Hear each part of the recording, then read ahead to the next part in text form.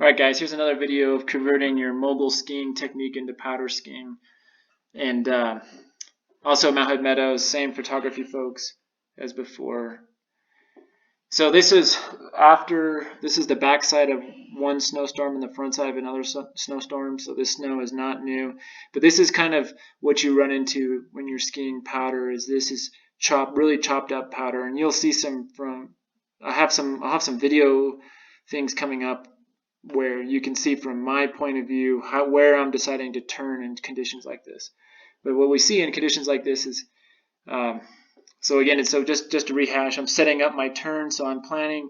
There's like a puff of snow right in front of me. I'm going to plant into that and treat it kind of like a mogul, where I'm at my max compression right now, so I'm going to pop out and be extended, and after I've initiated my turn and come around this thing, and so here I am completing my absorption, and I've built that base of support underneath me. I'm going to plant into the soft snow, and then I plant in, and I've started to extend up, and boop, boop, and this is one of those really great shots that just catches the dynamic movement, and you can see that boots are in line, knees in line, hips in line, arms out in front, vision looking where it should be in the future, skis close together, and it's just a very clean, good looking setup. And then when you come down, and as soon as you come down, you start to compress and build that base of support for the next turn.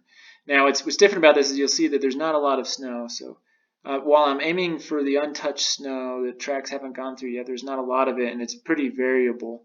So what you see is a lot of body motion control. I'm working fairly hard to keep my weight forward and my hands in front of me, my feet closely together, and being prepared for kind of the unexpected, because you don't know how far you're going to sink in this type of powder. What looks like powder and you sink into it turns out to be, just 2 inches of snow. So that's, as I described it, the ways you plan on controlling your speed or your turn shape, your turn frequency, and then the resistance the snow provides to your lower body. So if I'm planning for a lot of resistance and absorption from the snow and I get just a little bit, then I have to be prepared to use my other techniques to control my speed and direction. So, and that's where it just comes with experience.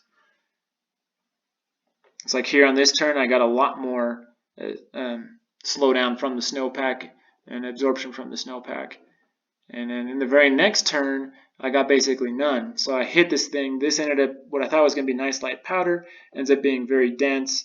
And you can imagine my center of mass wants to shoot forward because my legs have come to a stop. And it's on me to control that so I don't crash. And part of that, I'm going to use my pole plant. And you can see the pole's bending, so I'm using that pole plant.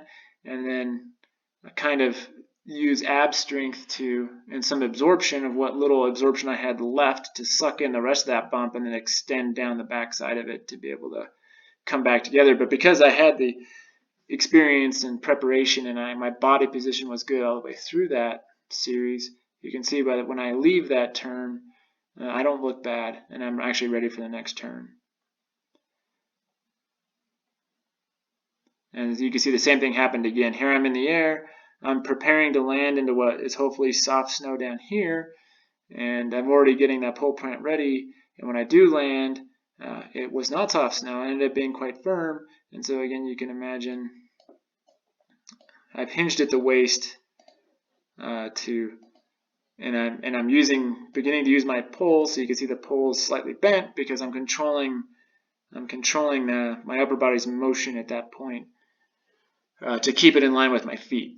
And then it worked, and so I do some more absorption rather than extension in this turn, so it looks more like a modern mogul turn to bring me around that puff of snow, and then keep going. So I don't think there's very many people that would have been able to ski the line the way I skied it, but There's probably some people out there.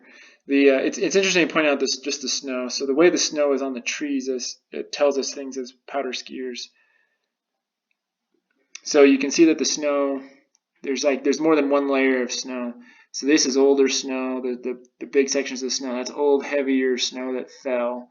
It has some, and it did not fall with any wind based on its shape, and then it's kind of condensed a little bit, and then on the smallest branches it's fallen off, and there's newer snow that's what's coming down right now that's also coming in. So it gives you an idea of what you see on the trees is going to be indicative of what you're skiing. Okay, so that's it for this video.